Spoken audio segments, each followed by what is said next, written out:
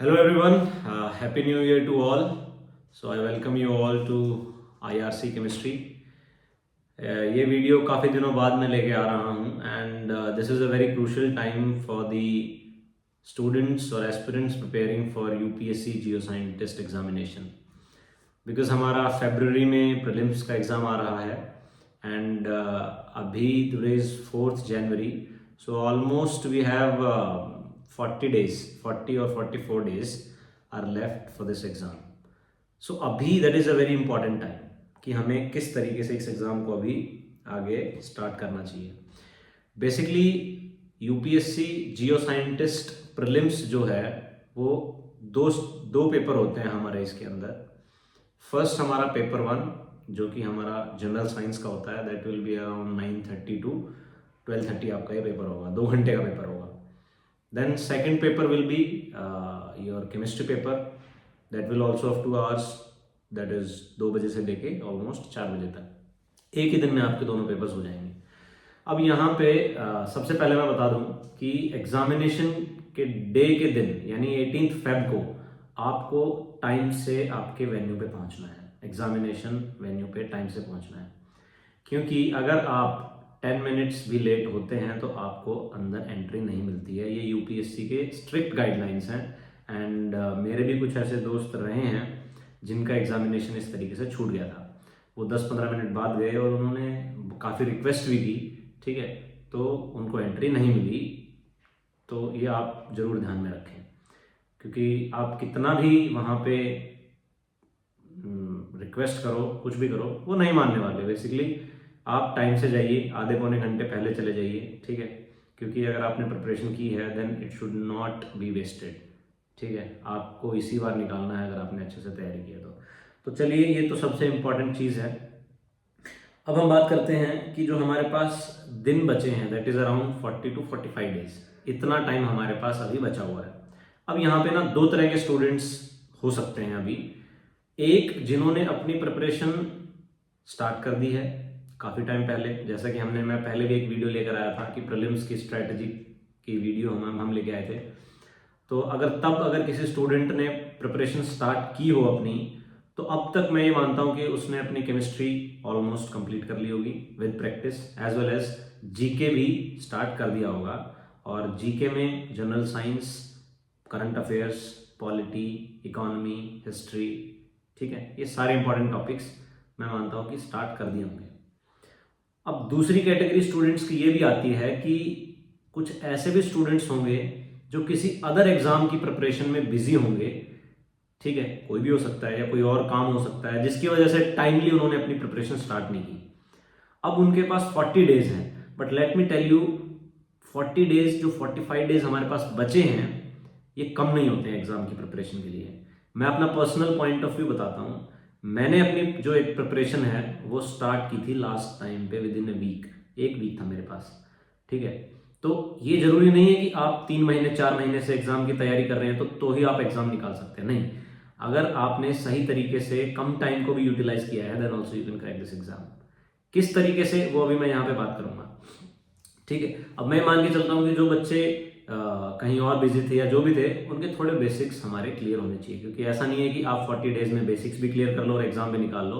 वो लोग इस वीडियो को ना देखें, क्योंकि जिनके बेसिक्स हिले हुए हैं, ऑफकोर्स मैं ये मानता हूँ कि उनको पहले बेसिक्स पे काम करना पड़ेगा फॉर 6 months 5 months, उसके बाद वो इस एग्जाम को निकाल सकते हैं. लेकिन हाँ, जो बच्चे अच्छे से जिन्होंने मतलब प्रिपेयर किया है किसी भी एग्जाम के लिए, केमिस्ट्री के लिए, और अभी उनको टाइम नहीं मिला, तो 40 डेज आर इनफ फॉर दो स्टूडेंट्स.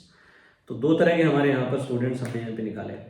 तो जो फर्स्ट कैटेगरी मैंने बताई है, फर्स्ट कैटेगरी जिन्होंने ऑलरेडी प्रिपरेशन स्टार्ट कर दी है, तो मैं उनको बोलूँगा कि आपको अब किसी और की नहीं सुननी है. आपकी जो स्ट्रेटजी आप बना के चले थे आप उसको कंटिन्यू करिए, क्योंकि आप राइट ट्रैक पे हैं. आपको जीके अच्छे से करना है. क्यों? क्योंकि आपके पास सफिशिएंट टाइम है अभी. मैं नॉर्मली जीके ये बोलता हूँ कि अगर हम केमिस्ट्री बैकग्राउंड से हैं, हमारा टच ज़्यादा नहीं रहता है, तो basically we go for chemistry और थोड़ा बहुत जीके, जनरल साइंस हो गया या करंट अफेयर्स हो गया, वही देखते हैं. लेकिन आपके पास अभी टाइम है. अगर आपके पास टाइम है तो आप उसको अच्छे से यूटिलाइज करिए, आप अच्छे मार्क्स उधर स्कोर करेंगे, क्योंकि केमिस्ट्री आपका इन हैंड है. आप बस साथ साथ प्रीवियस ईयर लगाते रहिए, सो आप बहुत अच्छा कर लेंगे, ठीक है. नाउ जो सबसे इंपॉर्टेंट कैटेगरी हमने बात की, जिनको अभी स्टार्ट करना है, वो क्या करेंगे। देखो, हमारे पास 30 डेज के अंदर हमें केमिस्ट्री को ऑलमोस्ट गो थ्रू करके प्रैक्टिस करते रहना है, ठीक है। अब मैंने बोला 30 डेज बहुत कम लगते हैं सुनने में, लेकिन अगर आप प्रॉपरली आप 8-9 घंटे अगर आप तैयारी कर रहे हैं तो ये कम नहीं है टाइम, बहुत टाइम है, ठीक है। जैसे कि अगर आप देखो, फिजिकल केमिस्ट्री आप 10 दिन दीजिए, इनऑर्गेनिक केमिस्ट्री आप 10 दिन दीजिए, ऑर्गेनिक केमिस्ट्री आप 10 दिन दीजिए। अब ये 10 दिन उसके लिए है जिसके तीनों एक जैसे हैं। अगर किसी का फिजिकल स्ट्रांग है, आप 7 दिन में कर लीजिए। अब ये कैसे करना है 7 दिन में, 10 दिन में, ये मैं अभी आज इस वीडियो में डिस्कस करने वाला हूँ, ठीक है। तो ये वीडियो सभी एस्पिरेंट्स के लिए इंपॉर्टेंट रहने वाली है, क्योंकि मैं यहाँ पे अभी डिटेल में डिस्कस करूंगा कि कौन से टॉपिक को कैसे पढ़ना है, कहाँ से पढ़ना है, ठीक है। क्योंकि अभी बहुत कम टाइम हमारे पास बचा है और इस टाइम में हमें इस पेपर को निकालना है, ठीक है। तो हमारे पास 3 यहाँ पे टॉपिक्स हैं केमिस्ट्री के। First is physical chemistry, organic and inorganic. तो ये हम डिटेल में देखेंगे। उससे पहले मैं एक चीज़ और बता दूं, 30 दिन में आपको केमिस्ट्री को कंप्लीट करना है और साथ साथ आपको क्वेश्चन प्रैक्टिस करनी है। रेस्ट 15 डेज आपको जीके को भी वेटेज देनी है, क्योंकि 15% आपको जीके के पेपर में भी स्कोर करना है। विदाउट दैट आप क्वालिफाई नहीं कर सकते, क्योंकि हमें at least 15% we have to score, then only we can go ahead.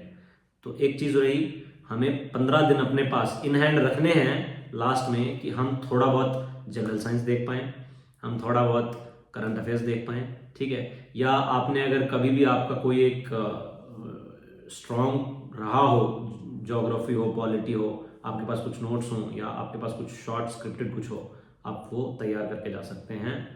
तो ये हमें 45 डेज एंड 44 डेज का इस तरीके से हमें इसको यूटिलाइज करना है।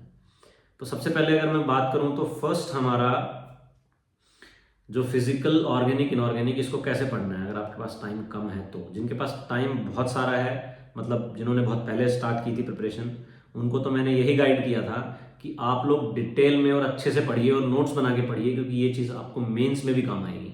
लेकिन अगर आप लोग थोड़े लैग किए हैं, आप लोग थोड़ा लैग किया है आपने, then that is also not a problem. आपके पास मेंस में भी सफिशिएंट टाइम होगा नोट्स बनाने का, अच्छे से प्रिपेयर करने का।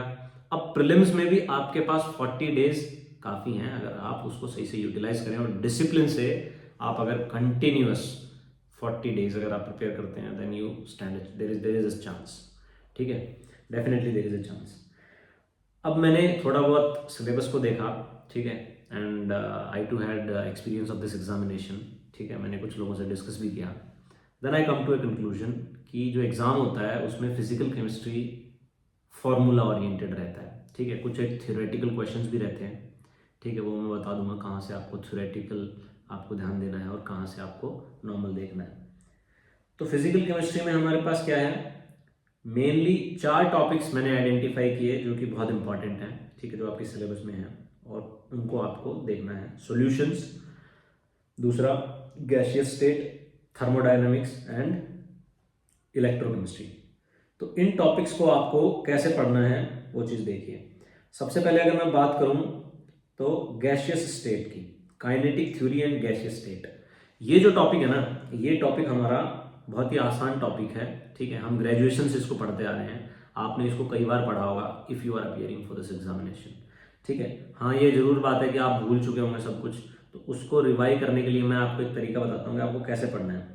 देखो, काइनेटिक थ्योरी ऑफ गैसेस से आपसे पोस्टुलेट्स पूछे जा सकते हैं, केटीजी से पोस्टुलेट्स आपसे पूछे जा सकते हैं, तो वो आपको उसका आइडिया होना चाहिए। रेस्ट इस चैप्टर में आप फॉर्मूलाज देखो, ठीक है, जैसे एवरेज काइनेटिक एनर्जी हो गया, मोस्ट प्रोबेबल स्पीड हो गई, एवरेज स्पीड हो गई, रूट मीन स्क्वायर स्पीड हो गई, ठीक है।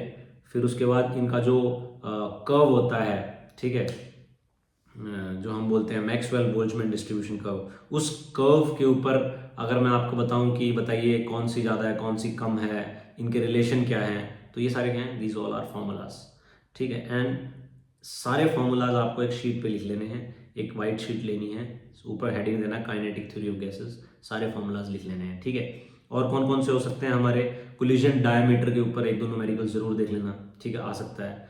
Collision number, mean free path का फॉर्मूला देख लेना, और जो कोलिजन्स होते हैं, बाइनरी कोलिजन्स होते हैं, उसका एक फॉर्मूला है वो भी देख लेना, ठीक है। वॉल कोलिजन और रेट ऑफ इफ्यूजन और डिफ्यूजन के ऊपर फॉर्मूलाज देख लेना।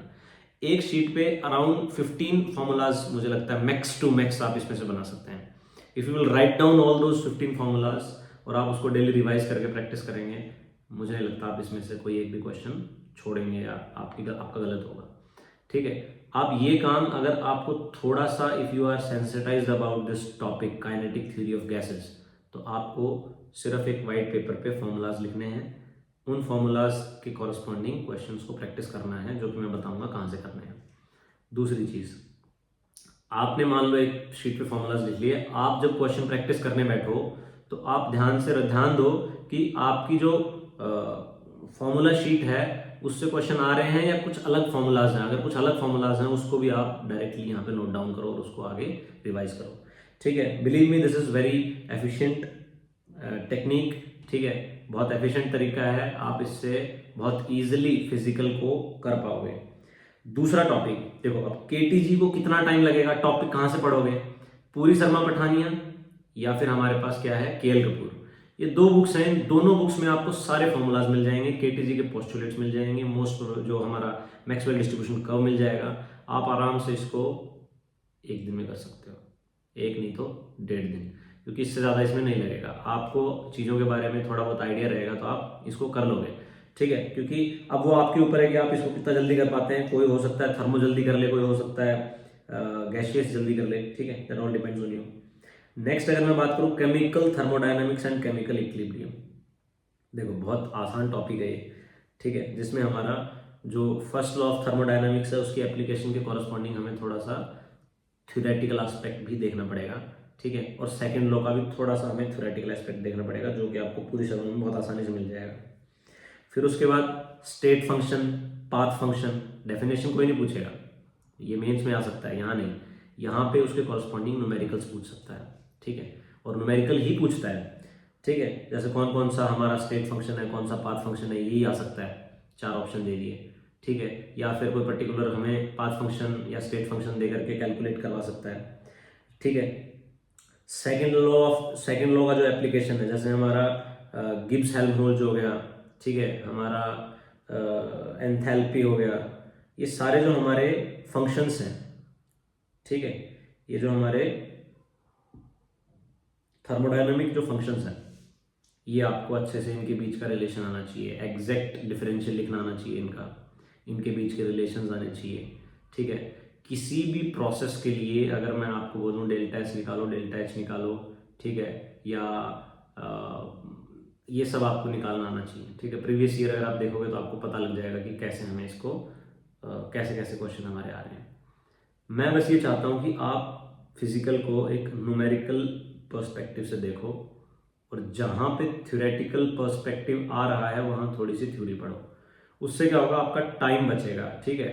अगर इसी चीज़ को आप डिटेल में लेके बैठोगे ना, आप 2 किताब की एक थ्योरी पढ़ोगे फिर दूसरी की पढ़ोगे, दैट इज टाइम कंज्यूमिंग। अभी उतना टाइम आपके पास नहीं है, ठीक है।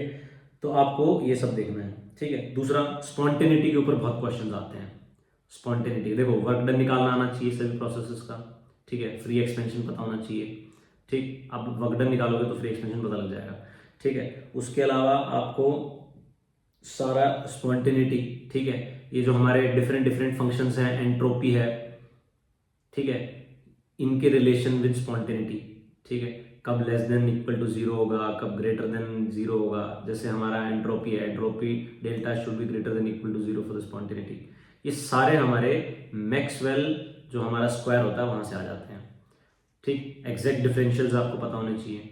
तो ये क्या है, या तो आप एक शीट पे लिख लो इनको, सारे फॉर्मूलाज वर्क डन के लिख लिए, ठीक है। जो ए है, जी है, एच है, इनके रिलेशंस, इनके एग्जैक्ट डिफरेंशियल्स, किसी रिएक्शन के लिए अगर निकालना हो वो, अगर किसी रिएक्शन के लिए एंट्रोपी निकालना हो, किसी प्रोसेस के लिए एंट्रोपी निकालना हो, एक एक न्यूमेरिकल देखो, फॉर्मूला लिखो, प्रैक्टिस करो, ठीक है। ये स्ट्रेटेजी आपको यहाँ पे अपनानी है अपनी।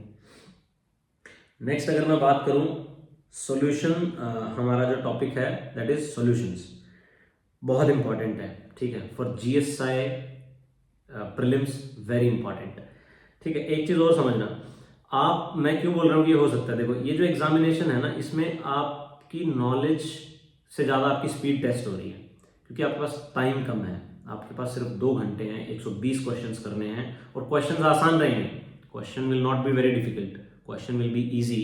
बस आपको क्या करना है, उसको कैसे अटेम्प्ट करना है, क्या आपको वहाँ पे स्ट्रेटजी एग्जामिनेशन हॉल में देनी है, वो इम्पॉर्टेंट है। ठीक है, मान लो आपने सब पढ़ लिया, ठीक है, उस दिन आप एंग्शियस हो गए और उससे क्या हुआ, आप सारे क्वेश्चन अटेम्प्ट नहीं कर पाए, ठीक है, या फिर आपकी स्पीड ही उतनी नहीं बनी कि आप फिजिकल के क्वेश्चन अटेम्प्ट कर पाओ, क्योंकि कैलकुलेटर तो नहीं है, ठीक है, तो वहाँ पे आपको निकालना है, तो वो चीज़ आप ध्यान रखना है आपको, ठीक है। हाँ, सॉल्यूशंस में देखो राउल्ट्स लॉ आप देख लो।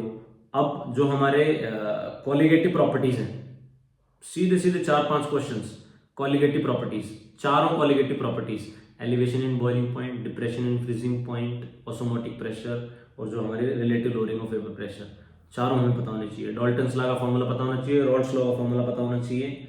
अगर इतना पता है, ठीक है, और गैसेस की solubility in gas and liquid वो आपको पता होनी चाहिए सॉल्यूशंस में। अगर इतना पता है और एक फॉर्मूले सारे लिखे हुए हैं, आप गैसेस के इसके क्वेश्चंस अटेम्प्ट कर लोगे सॉल्यूशंस के। Next very important and very easy topic, that is electrochemistry. यहाँ पे भी सारे फॉर्मूलाज आपको देखने हैं, जैसे कि हम conductance, cell constant, specific conductivity, molar conductivity, equivalent conductivity, Kohlrausch law, ठीक है, या डिबाय-हक्करॉन अगर थ्योरी के आपको पोस्टुलेट्स भी देखने हैं एक बार, ठीक है, कंडक्टेंस मेजरमेंट, उसके अलावा कंडक्टोमेट्रिक टाइट्रेशंस बहुत आसान होती हैं और उससे क्वेश्चन जरूर आएगा, आप ये मान के चलो, ठीक है। ट्रांसपोर्ट नंबर, और एक इसमें बहुत इंपॉर्टेंट ऐड किया गया है, that is determination of transport number by moving boundary method, आएगा क्वेश्चन, ठीक है ना। तो आप ये सारे क्या करो, मैंने सारे मेनली क्या है, इक्विवेलेंट हो गया, मोलर हो गया, स्पेसिफिक कंडक्टिविटी हो गया, कंडक्टेंस हो गया, सेल कांस्टेंट हो गया, इन सब को निकालने के मतलब बेसिकली न्यूमेरिकल आएगा इन पे, तो आप सारे फॉर्मूलाज लिख रहे हैं, ठीक है। फॉर्मूलाज अगर आप लिख रहे हो तो उसकी समझ भी आपको होनी चाहिए, एक एक कॉरस्पॉन्डिंग न्यूमेरिकल भी आपको देखना है, ठीक है, then only you will understand how to apply this formula, ठीक है। तो ये सारे क्या है इस चैप्टर में फॉर्मूलाज। अब देखो ध्यान दो एक बार, हमारे बेसिकली जो केटीजी वाला जो चैप्टर था गैसेस का, ऑल फॉर्मूलाज, हमें पोस्टुलेट्स देखने हैं बस, ठीक है, वहां से थ्योरेटिकल बन सकता है। थर्मोडायनेमिक्स के अंदर थोड़े बहुत आपके क्वेश्चंस बन सकते हैं, जैसे वर्क डन के ऊपर थोड़ा कंसेप्चुअल आ सकता है, ठीक है, या फिर आपको एंट्रोपी के ऊपर थोड़े कंसेप्चुअल क्वेश्चंस आ सकते हैं। तो पहले आप सारे फॉर्मूलाज देख लो, ठीक है, उनके कॉरस्पॉन्डिंग न्यूमेरिकल्स करके देखो, उसके बाद अगर आपके पास टाइम मिले तो आप इसको जरूर देखें, क्योंकि 1-2 क्वेश्चन जरूर आएंगे आपके थ्योरेटिकल यहाँ से, ठीक है। नेक्स्ट सॉल्यूशंस, मैंने बताया सॉल्यूशंस में आप न्यूमेरिकल कर लो, definitely you will solve all the questions. Electrochemistry में क्या है, वही सारे हमारे पास क्या है, डिबाय-हक्कर-लॉन्सेगर थ्योरी एक थ्योरी है और एक मूविंग बाउंड्री है, ठीक है, इनको एक बार इसके पोस्टुलेट्स देख लो, बाकी सारे फॉर्मूलाज लिख लो, and definitely you will easily will be able to do all the questions. तो ये था हमारा फिजिकल केमिस्ट्री। तो इस चीज़ से हमने क्या देखा अभी, कि हमें कम टाइम में ये टॉपिक्स पढ़ने हैं, लिखने हैं, और मैंने प्रीवियस ईयर क्वेश्चंस भी सॉल्व करवाए हैं एक दो वीडियोस में, आप वो भी जरूर देखें, ठीक है, उससे भी आपको आइडिया मिलेगा, क्योंकि मैंने जो वीडियो बनाई है उसमें मैंने आसपास की चीज़ें भी आपको वहाँ पे बताई हैं, तो definitely you can go and watch that video also. Next अगर मैं बात करूँ तो ये तो था हमारा physical chemistry. Now let's talk about organic chemistry. अब देखो ऑर्गेनिक केमिस्ट्री में ना सबसे इंपॉर्टेंट चीज़ आ जाती है जीओसी। अगर आपको जीओसी आती है तो आप ऑलमोस्ट 5 दिन में सब खत्म कर सकते हैं, ठीक है। थोड़ा बहुत आपका जीओसी यहाँ पे ठीक होना चाहिए, क्योंकि जीओसी को मतलब अपना जो जनरल ऑर्गेनिक केमिस्ट्री को इम्प्रूव करने में ही बच्चों के 5-5 महीने 6 महीने, क्योंकि वो फंडामेंटल है, वो बेसिक्स है। अगर आपको बेसिक्स आता है तो आप उसके ऊपर एक अपनी बिल्डिंग खड़ी कर सकते हैं, अदरवाइज इट इज़ डिफिकल्ट। तो यहाँ पे अगर मैं बात करूँ ऑर्गेनिक केमिस्ट्री में, तो जीओसी तो आपको आना ही चाहिए, मैं मान के चल रहा हूँ आपको जीओसी आती है। अगर आपको जीओसी आती है तो उसके ऊपर आपको क्या क्या 10 डेज में देखना है। सबसे पहली बात आप स्टीरियो केमिस्ट्री देखें। स्टीरियो केमिस्ट्री में आपको कॉन्फ़िगरेशन की नॉलेज होनी चाहिए, आरएस कॉन्फ़िगरेशन, आपको मॉलिक्यूल को देखना आना चाहिए। यानी कि अगर मैं बात करूँ स्टीरियो केमिस्ट्री में तो एनेंटियोमर्स, डायस्टीरियोमर्स, ठीक है, कायरलिटी की पूरी नॉलेज, ये सब आपको पता होना चाहिए। जो हमारी डिफरेंट टाइप की कॉन्फ़िगरेशंस होती हैं, न्यूमैन हो गई, ठीक है, सॉ हॉर्स हो गई, फिशर हो गई, इनमें आपको कन्वर्जन आना चाहिए। मान लो मैंने कोई मॉलिक्यूल दिया, ठीक है, कायरल मॉलिक्यूल दिया जिसमें 2 कायरल सेंटर्स हैं, मैं बोल रहा हूँ इसको आप पहले न्यूमैन में बनाइए, सॉ हॉर्स में बनाइए, फिशर में बनाइए और आपस में कन्वर्ट कीजिए, क्योंकि ये आपको हेल्प मिलेगी कब, जब आप एनेंटियोमर डायस्टेरियोमर्स को पहचानेंगे। ठीक है, तो ये भी आपके लिए इंपॉर्टेंट है। डायरेक्ट क्वेश्चन भी आ जाता है, आपको न्यूमैन में देगा और डायरेक्ट आपको नॉर्मल हमारा हाइड्रोकार्बन चेन में उससे पूछ लेगा, तो वो मतलब न्यूमैन में दिया और हो सकता है आपको फिशर में वही मॉलिक्यूल पूछ ले ऑप्शंस में। तो ऐसे क्वेश्चंस आते हैं, ठीक है, और मैंने एक बार सॉल्व भी करवाया एक वीडियो में। तो ये स्टीरियोकेमिस्ट्री में ये चीजें आपको आनी चाहिए, ठीक है। दूसरी बात करें, एलिफेटिक सब्स्टिट्यूशंस सबसे इंपॉर्टेंट है, SN1 SN2, elimination reaction E1 E2, SNI भी देख लेना, E1 C भी देख लेना, ठीक है, क्वेश्चंस आते हैं। फिर उसके बाद जो हमारी एडिशन रिएक्शंस हैं, डबल बॉन्ड पे, C डबल बॉन्ड C पे ही आपको देखना है, रेडिकल की एडिशन देख लेनी है, ठीक है। साथ साथ आप सिलेबस देख सकते हैं, उसमें अपना इलेक्ट्रोफिलिक और न्यूक्लियोफिलिक, ठीक है, डबल बॉन्ड के ऊपर, क्लियर। उसके अलावा आप क्या देख सकते हैं, हाँ, उसके अलावा aromatic substitution is very important, SNAR SN1, ठीक है, या फिर हमारी एरीन रिएक्शंस, ये सारी हमें देखनी है। और थोड़ा बहुत रीअरेंजमेंट भी देख लेना है, जैसे कि वैगनर मर्विन रीअरेंजमेंट हो गई, ठीक है, नेबरिंग ग्रुप पार्टिसिपेशन हो गया, ये सब आपको देख लेना है। अगर आप ये सारी चीजें एक बार अगर देख लेते हैं और कर लेते हैं ना, तो आई बिलीव, हाँ, उसके ऊपर डिस्क्लेमर है, आपका GOC अच्छा होना चाहिए। अच्छा इन द सेंस आपको थोड़ा बहुत क्लैरिटी होनी चाहिए, अगर है then you can do it, then it is not difficult, it is very easy to do, ठीक है। आप अगर किसी को GOC आती है और मैं उसको बोलूँ 10 दिन में आपको पढ़ना है, वो 7-8 दिन में कर देगा। आपके पास क्लेडन है बुक, ठीक है, कैरे सैंडबर्ग है, कोई भी बुक उठाओ या कोई नोट्स लो, बस आपको टॉपिक की क्लैरिटी चाहिए। मैं कभी भी ये फोर्स नहीं करता कि आप इसी बुक से पढ़ो या उससे पढ़ो, आप जिस भी बुक से पढ़ रहे हैं, जहाँ से भी पढ़ रहे हैं, क्लैरिटी से पढ़िए। लेकिन अगर आप बुक पढ़ते हैं तो उसका बहुत फ़ायदा है, अगर आप बुक पढ़ते हैं तो उससे आपको 10 नई चीज़ें और पता लगती हैं, ठीक है। सो ये था हमारा ऑर्गेनिक के बारे में, बहुत ही ब्रीफ में मैं यहाँ पे डिस्कस कर रहा हूँ, but believe me this will be going to be effective for you अगर आप इसको अप्लाई करते हैं। नेक्स्ट इनऑर्गेनिक केमिस्ट्री, जो कि आई डोंट थिंक सो बहुत ज़्यादा कुछ है इस पेपर में, ठीक है, क्या है, कुछ भी नहीं है। हमें सबसे पहले श्रोडिंगर इक्वेशन हाइड्रोजन एटम के लिए देख लेनी है, और उसके जो हमारे डिस्ट्रीब्यूशन कर्व्स आते हैं उनसे क्वेश्चन आया हुआ है, आप पेपर उठा के देखो, आपको एक आधा कर्व हर पेपर में दिख जाएगा, ठीक है। जो हमारे 2s2p3s 3p3d, वो डिस्ट्रीब्यूशन कर्व्स देख लेने हैं। फिर उसके बाद केमिकल पीरियोडिसिटी, ट्रेंड्स हमारे इलेक्ट्रोनेगेटिविटी के, इलेक्ट्रोपॉजिटिविटी के, इलेक्ट्रॉन गेन एंथैल्पी के, ठीक है, और हमारे कोवेलेंसी के, ठीक, ये सारे हमें ट्रेंड्स आने चाहिए। मैग्नेटिक प्रॉपर्टीज, कैटिनेशन, ठीक है, और कुछ एक हमारे इंपॉर्टेंट कंपाउंड्स हो गए जैसे हाइड्राइड, ऑक्साइड, इसमें बेसिकली मेन ग्रुप का भी कुछ पोर्शन दिया गया है, ठीक है। तो ये आप किसी भी नोट्स से किसी कोचिंग का मटेरियल उठा सकते हो, अगर आपके पास खुद का मटेरियल है वो उठा सकते हो, बहुत ज़्यादा टाइम नहीं देना है, बस पढ़ लेना है पूरा एक बार, क्योंकि ट्रेंड्स हैं, याद करने वाली चीज़ है, ठीक है। आप रिलेट करके, फजान्स रूल हो गया, पोलराइजेबिलिटी होगी, कुछ भी नहीं है इसमें पे, ये सब आपको क्या करना है, बस एक बार रीड मार के और आगे बढ़ना है। और इसके ऊपर जब आप क्वेश्चन देखेंगे तो बहुत आसान आते हैं। मेनली जो कंसेप्चुअल चीज़ें जो बनती हैं वो हमारी कहाँ से, ऑर्गेनिक और फिजिकल में ही रहती हैं। इनऑर्गेनिक मेरे हिसाब से ईजी आता है, ठीक है, अगर आपने प्रैक्टिस की होगी, 1-2 क्वेश्चंस देखे होंगे तो definitely you will understand. Next chemical bonding, not very difficult, ठीक है। इसमें क्या है, वही हमारे रेडियस रेशो है, packing of ions, lattice energy, ठीक है, बॉर्न हैबर साइकिल देखो, ठीक है, सॉल्वेशन एनर्जी के ट्रेंड्स देखो, पोलराइजिंग पावर, पोलराइजेबिलिटी, आयनिक पोटेंशियल, ये हमारे आयनिक बॉन्ड है। ये सारे टॉपिक सबसे इंपॉर्टेंट, डिफेक्ट्स इन सॉलिड भी पढ़ लेना, जरूर क्वेश्चन आएगा। सिमिलरली कोवेलेंट बॉन्डिंग थ्योरीज देखनी है हमें, molecular orbital theory, valence bond theory, concept of resonance, these all topics are very familiar to us. अगर you are appearing for this exam, then definitely you have done bachelor's of science, masters of science, then only you are going for this. और ये सारे topics अगर आप देखोगे तो ये हमारे ग्रेजुएशन में आ जाते हैं, फर्स्ट सेमेस्टर में आ जाते हैं, ठीक है। और पीरियोडिसिटी तो हमने 12th में भी पढ़ी है, so this is very easy. इसमें आपको, अगर आप चाहते हैं कि इस एग्ज़ाम में आप कुछ करना चाहते हैं तो you should give your 100% because time अभी भी है। दिस इज समथिंग कि अभी बहुत टाइम है, ठीक है।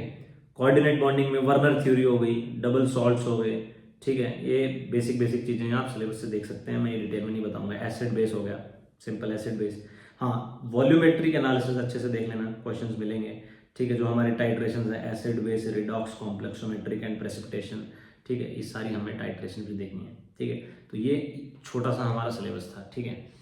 मैं यही बोलता हूँ कि जो हमारा प्रीलिम्स का जो सिलेबस है, प्रीलिम्स का सिलेबस हमारा बहुत बड़ा सिलेबस नहीं है, बहुत छोटा और कंसाइज सिलेबस है, ठीक है। उसमें हार्डली मुझे नहीं लगता 1.5 महीने से ज़्यादा, अगर कोई आराम से भी कहेगा कि नहीं मैं आराम से बैठ के तैयारी करूँगा, उससे ज़्यादा टाइम नहीं लगेगा, ठीक है। लेकिन अभी भी आपके पास उतना टाइम है, ठीक है, उतना टाइम है।